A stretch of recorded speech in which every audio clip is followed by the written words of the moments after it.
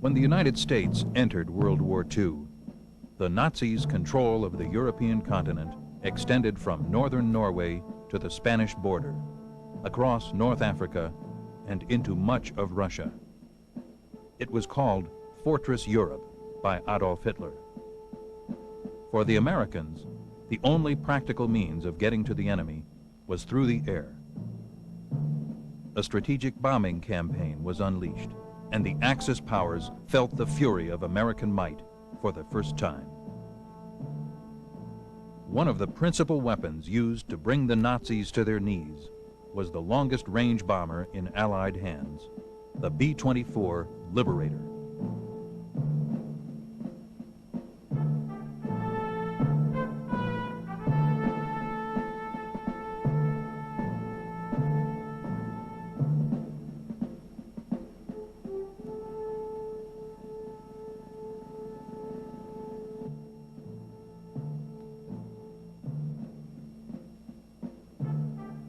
The B-24 is the range queen. It has a tremendous capability for long-range operation, largely due to what is called the Davis wing, which was a highly refined high aspect ratio wing. What do we mean by high aspect ratio wing? We mean a wing that has a very broad span in relationship to the chord, the distance between the leading and trailing edge. The B-24 was capable of tremendous success as a long-range aircraft. There was a transport derivative of it that was flown in service as well, used in the hump operations over the Himalayan hump, the so-called C-87. It did have some tricky characteristics, the same characteristics that gave it very nice high altitude long-range flying characteristics, the same design characteristics of the airplane, I should say, also endowed it with relatively vicious stall and spin tendencies. The B-24 had a 110-foot wingspan with a total length of just over 66 feet. Its height was 18 feet, and it was powered by 4 Pratt & Whitney R2800 engines. It had a maximum speed of 303 miles per hour. It weighed 34,000 pounds empty and 65,500 pounds loaded for battle. With a ceiling of 28,000 feet and a range of over 2,300 miles, it carried bombs farther and faster than the B-17. More B-24s were built than any other warplane in World War II. In the opening months of World War II in Europe, the Allies recognized that you could not operate bombers like the B-24 Liberator deep into enemy territory against fighters like the Messerschmitt 109 without taking very heavy losses. The problem of operating a bomber deep into enemy territory was what eventually drove the British to adopt the night bombing philosophy which dominated British strategic bomb operations during World War II.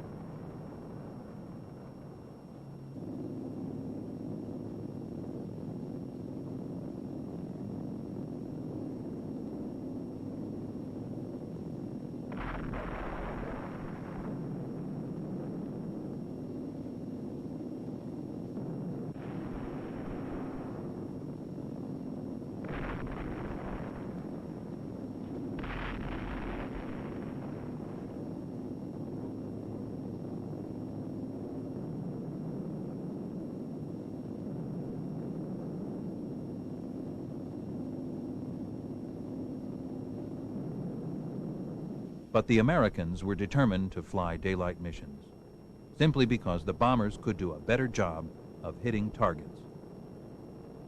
However, by the time the Americans entered the war, the air war over England had been decided.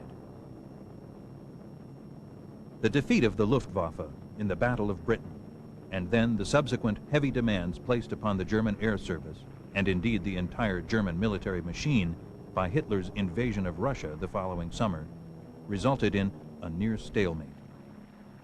England as a fixed aircraft carrier operating off the coast of Europe, was largely immune from invasion at that point.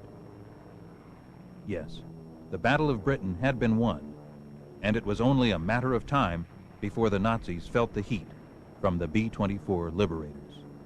An aspect of the Battle of Britain that is not often appreciated is that there was really a two-part war there, a two-part encounter between the Royal Air Force and the German Luftwaffe, and for that matter the German Navy. And it's that latter part that's often missed.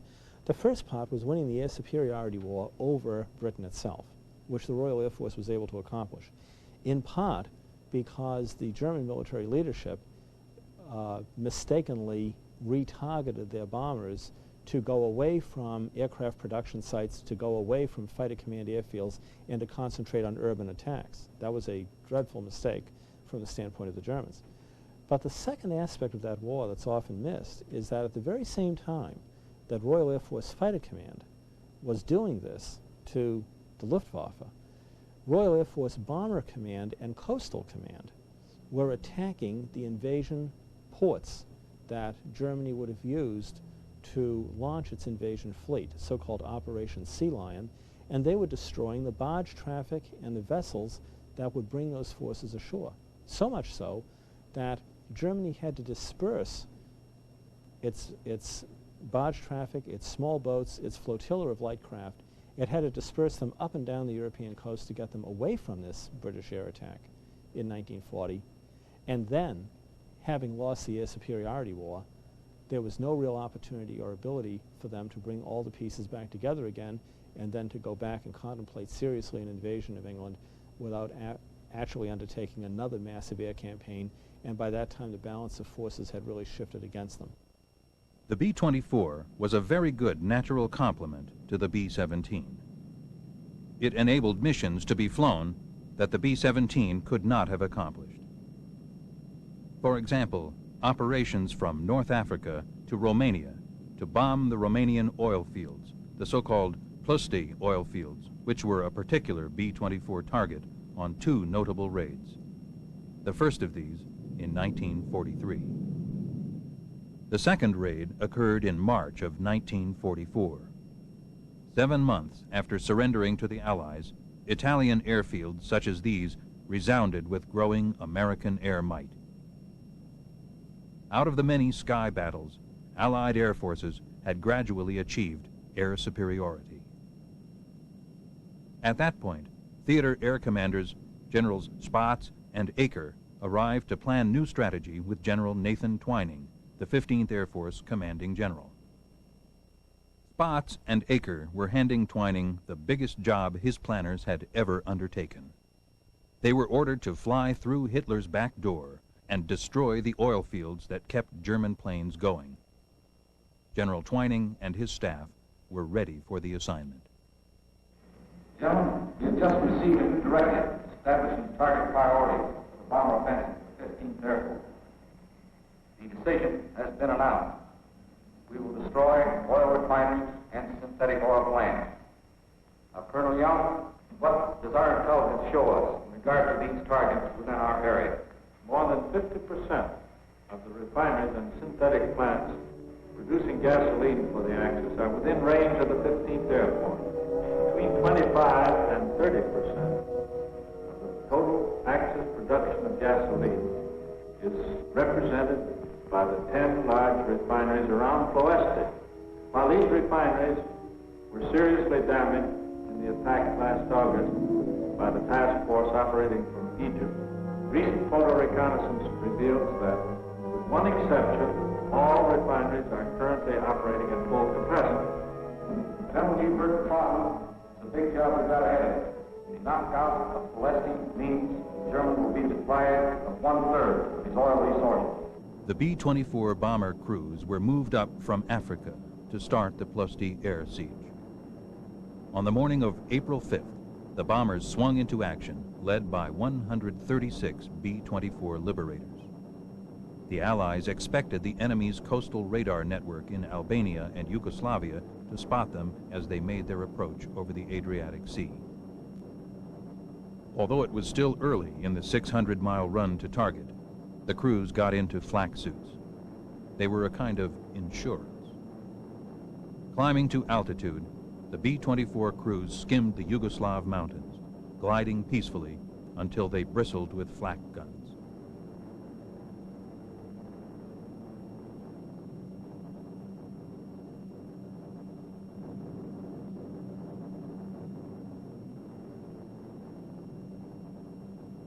The B-24 crews soon found out the hard way that Plosti had become the third best defended spot on the continent.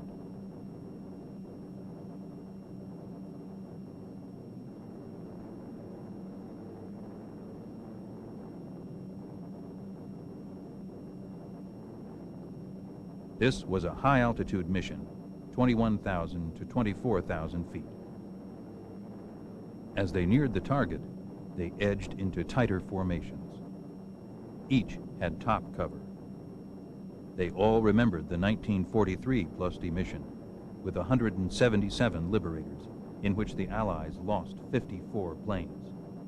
Would this be like that mission? Or would it be worse? 250 Nazi fighters, outnumbering the Allies 3-1, attacked.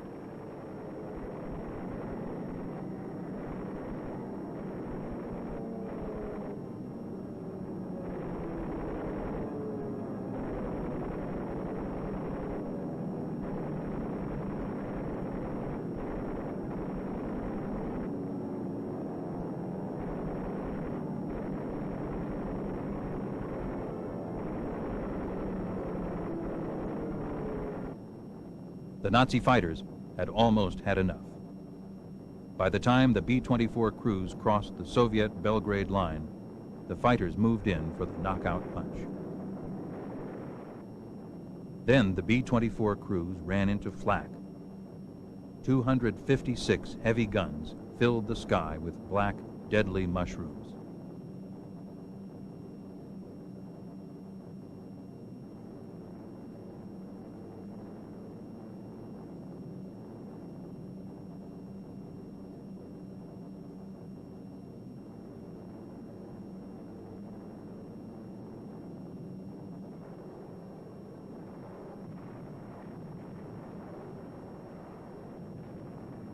To the intense flak, the Nazis had added smoke. The B-24 crews could almost smell the nauseating acid fog. 2,000 smoke pots effectively covered Plosti. But still, the B-24s pressed on. They delivered their payloads and heavily damaged the Axis oil refinery and paid homage to the lost bomber crews of 1943. The crew member who was most responsible for dropping the bombs was the bombardier. The bombardier had to calculate the downward path of the bomb so that the bomb would land on the desired target. While there is no question that Allied strategic and tactical bombing efforts were team efforts, the bombardiers sometimes felt like the pilots took all of the credit. I might trot on some toes when I say this, but the bombardier in World War II was the most ignored, important individual that I know of. The bombardier won more medals for pilots than did any other type action performed by pilots. Now, don't jump to conclusions. I'm not demeaning the pilot. It just was the name of the game. It was a pilot's Air Force, and people will say today that it's still a pilot's Air Force. But today's Air Force is not the same as it was then. There were many uses for the versatile B-24. In the modern precision weapon era, B-24 crews started operating over the North Atlantic equipped with homing torpedoes, going after U-boats. The combination of the homing torpedo and the B-24 closed the mid-Atlantic gap, which was an area where the U-boat command had been able to operate with relative flexibility and impunity. The B-24 excelled in the maritime patrol role, both for the Americans and the Royal Air Force, and also for the U.S. Navy in a derivative called the privateer. The B-24 turned out to be a superb anti-submarine and maritime patrol airplane. January 1943, French Morocco. President Roosevelt arrived for the important Casablanca Conference. Prime Minister Churchill and the President were making far-reaching military decisions. With the combined chiefs of staff, they planned global operations. Generals Marshall and Arnold had to build up the United Kingdom base in the face of Nazi plans to infest the Atlantic with submarines. Remembering how their U-boats in 1917 had brought England to her knees, enemy leaders were proud of their 1943 plans for a network of sub-pens. Dr. Tote's engineers now built them with 12-foot concrete tops to make the U-boat nest safe from the Allies' heaviest bombs. The enemy had launched a monstrous U-boat program. 300 by 1942, 900 by 1944. This was to be ruthless undersea warfare, masterminded by Admiral Carl Dönitz. Back in the United States, our new fighters, like the P-47s, were being shipped to England. Fighter aircraft had become so vital in the war against the Axis, they were given high priorities. Because of the submarine menace, Allied navies escorted all convoys. By torpedoing the freighters, the enemy tried to cut our Lend-Lease lifeline.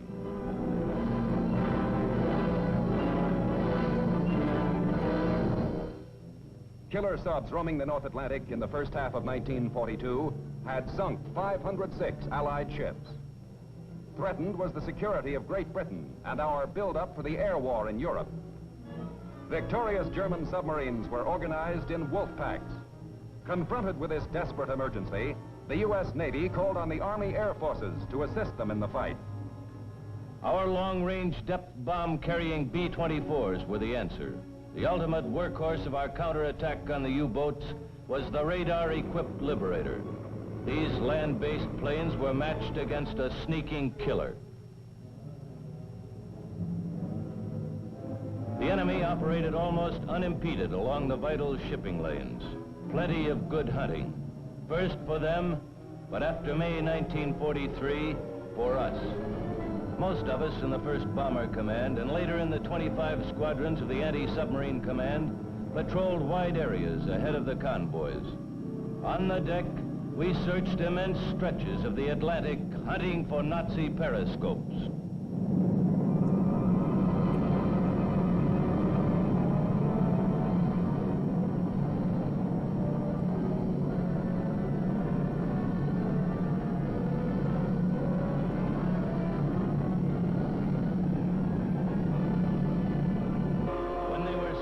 Hitler's sub-crews crash dived.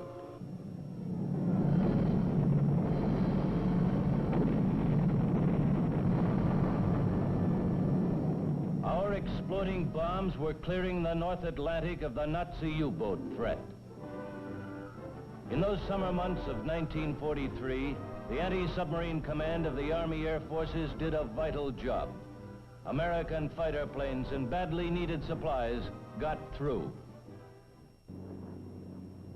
And in the Pacific, B-24s flown by the Army Air Forces were extraordinarily successful in attacks against the Japanese merchant fleet, and for that matter, against the Japanese Navy. One such action was in the Solomon Islands chains, where General Twining rejoined the Allies' theater commander, General Millard Harmon, in planning operations to defeat the Japanese. The crews had fresh B-24s, and in July were able to launch a 37-day campaign to Japanese-held Munda Field on New Georgia Island. Some of the crew had taken off from Guadalcanal, which American men had bought and paid for with their lives. The B-24 crews hoped the blow the Allies were about to deliver to Munda would make their sacrifices worthwhile. The B-24 crews finally neared the island. As soon as they made the approaches to Munda, jungle-hopping medium bombers went after the Japanese airdrome and its defenses.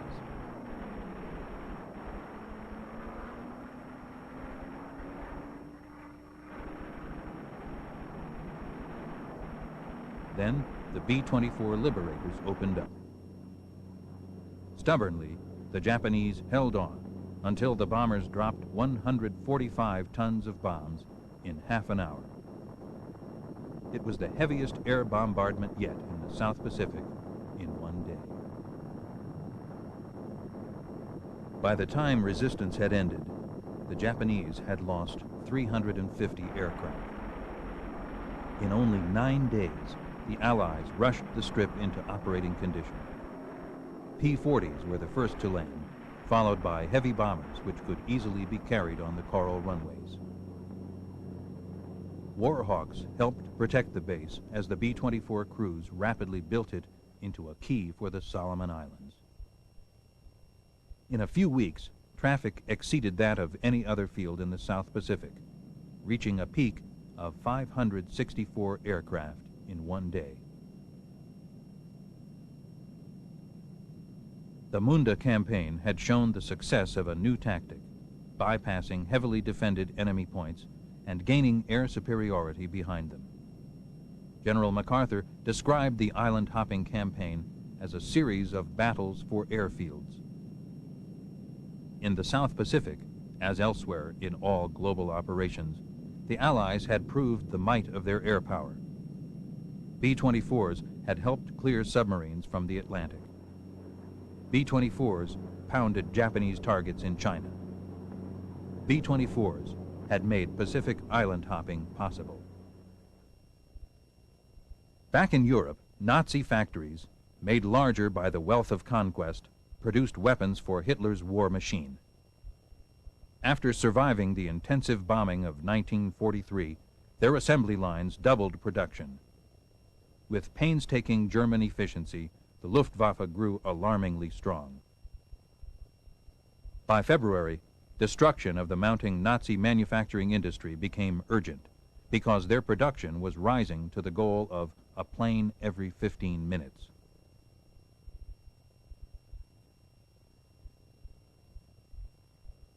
Twelve of these factories in Germany and Poland were called point-blank targets and were given top priority. Hitler had looted the manpower and machinery of nearly a dozen European countries.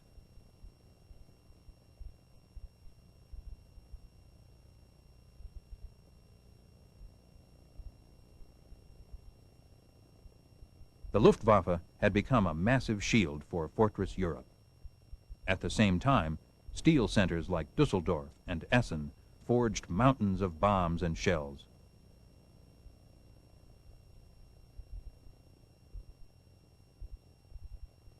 A key to this production was the transport system. All the supply lines, including canals, were full. The enemy war machine rolled on after a winter during which weather had prevented large-scale Allied air attacks. On February 19, 1944, the weather cleared. Now the B-24 crews started the long-planned attack against the Luftwaffe to win control of the skies over Europe, no matter what the cost. This was to pave the way for invasion. General Eisenhower and his air officers, General Spaatz and Kepner, watched the Allies' joint effort. Most of the B-24s came from General Doolittle's 8th Air Force. The stiffest resistance was expected. To protect 1,000 bombers, the B-24 crews were sending along 1,000 fighters. Most of General Pete Quesada's 9th Air Force fighter pilots had come from units of the 8th Air Force. The battle-wise general had helped drive the Luftwaffe out of Africa. Now he was getting ready for a series of operations which historians called the Big Week. Sunday morning, February 20th, the B-24 crews prepared for the heaviest assault in the history of the American Strategic Air Force up to that time. With a stronger Luftwaffe, this was a big gamble. Some expected possible losses up to 200 bombers and crews. But this was the prelude to invasion, and it had to be done. Gathered together, were B-24 Liberators from Britain and the Mediterranean, the equivalent of 5 air forces, and they were about to hit the Nazis for 6 consecutive days and nights. In the biggest air blitz of the war, the Allies hoped to finally win air superiority over the Luftwaffe. The liberation of Europe was at stake. Now, for the first time, the Army Air Force had the strength to mount a saturation offensive. Some B-24s went to attack airfields and rocket launching sites to pull enemy strength away from the war factories, which was the Allies' main objective.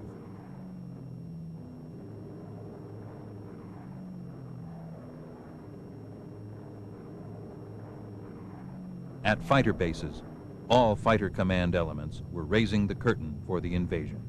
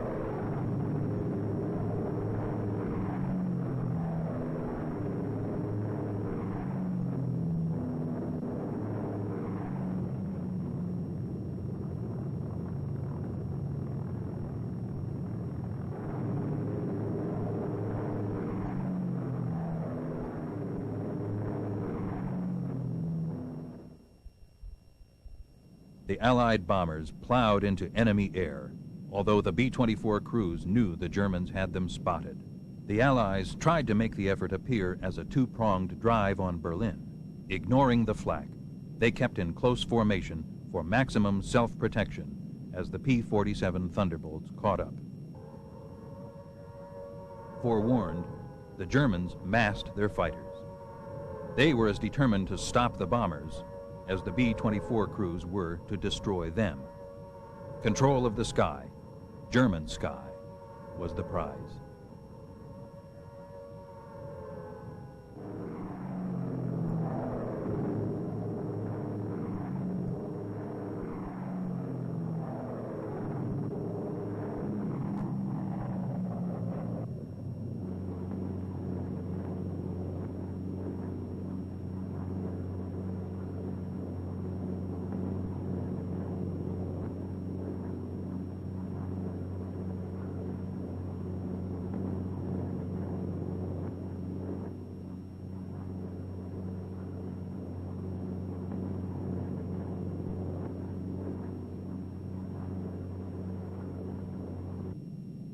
Yes, the B-24 bomber crews were in good hands. When enemy flak explosions were heavy, accurate, and intense, the Germans closed in. Then came a fresh formation of Mustangs to fight off the worst the Germans had to offer. They came down from almost invisible heights to engage the Nazi fighters.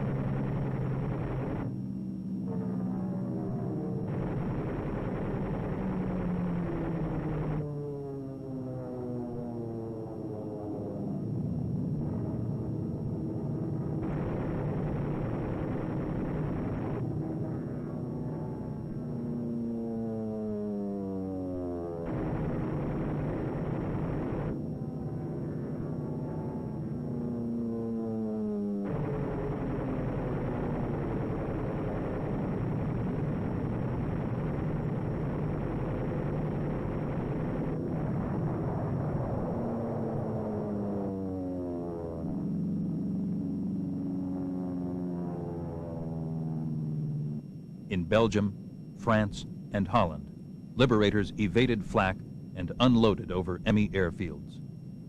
The commanders hoped the weight of these bombs would force the Nazis to move their airfields inland. Over Germany, it was the same thing. These first 5 days changed the history of the air war, but it didn't end here. By March, the B-24s hit Berlin for the first time. The weight of the Allied attacks increased and held down enemy plane production. As the bombs fell, the B-24 crews pressed the Allies' advantage, barreling in to force the Luftwaffe into combat. The war was moving in the Allies' direction.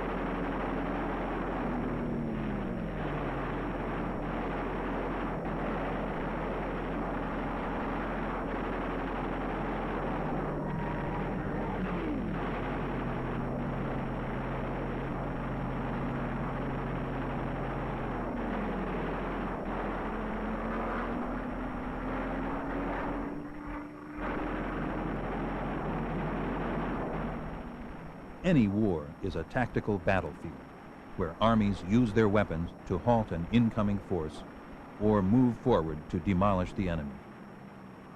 In World War II, the key factor was the ability of the Allies to reach out and destroy the Axis means of production. In 1945, there was a very interesting book published. It was called Weapons and Warfare, and it was written by Major General J.F.C. Fuller. Now, Fuller was a British Army general. He was one of the major figures behind the advent of armored warfare, the development and the employment of the tank in warfare. He made profound contributions to military education in Great Britain and indeed worldwide through his writings and influence. Fuller was an individual, once again, that we would think of as traditionally a surface warfare advocate. Now, Fuller, taking a look at military history, concluded that throughout military history there were a series of values or attributes that were possessed by weaponry. For example, the lethality of weaponry, the ease with which it could be carried, the reach of weaponry. And he determined that if you take a look at these values, which included things such as precision, which he called accuracy of aim, if you took a look at them, the one factor that stood out, as he said, the single factor around which you have to build the crucible, as he put it, of combined tactics, was reach, which we would consider an attribute of range of air power today. Reach is range plus speed. And his statement in 1945, which I think was very profound, was that at any particular time in military history, reach has been the most critical factor in weapons development. And he said, in the air power era, this means that tactics have to be built around the airplane. And in that perception, he was absolutely on target. And I think we've certainly seen that in the years since the Second World War.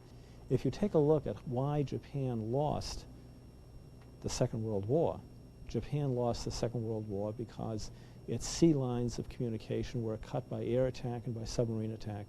Its forces were pinned in place by air attack and submarine attack, which isolated them. And finally, the home islands were brought under air attack and blockaded by aerial mining and the actions of submarines offshore and things of this sort that basically brought Japan to the point where it collapsed. In Europe, it's a little murkier because you're dealing with traditional warfare across a landmass, a very complex environment to deal with. But nevertheless, we can see even in Europe, in the European campaigns, that air made a very, very big difference in whether one won or lost a particular battle, or won and lost, indeed, a particular war. As history notes, the Nazis never again had the opportunity to wage a massive air campaign. They became the subject of the largest air armada in history. By 1945, the United States had over 240 air groups and 65 separate squadrons. There was a total of 72,000 aircraft in the Army Air Forces, along with 41,000 naval aircraft. For the cross-channel invasion of Europe, the Army Air Force alone assembled over 10,000 planes. This included 40 heavy bomber groups, which were led by the B-24. The impact of these bombers is legendary. The German hierarchy after the war, the generals, the men who directed the Luftwaffe and were key staff planners, their words are enough to convince me that the bombing was essentially the point or the action that broke the Third Reich's back. History owes much to all of the men who served aboard the B-24 Liberator. They destroyed the Axis military-industrial complex. In Europe, they paved the way for the ground troops, and in Asia, saved countless lives by bombing the Japanese into submission. A price was paid for this effort. Except for the infantry, no group in the air or on the ground suffered as high a casualty rate as the heavy bomber crews of World War II. But the men who flew these planes knew what they were up against, and would tell anyone who would listen that the B-24 was the best damn warbird in the sky, and they would fly her into hell and back for freedom, pride, and glory.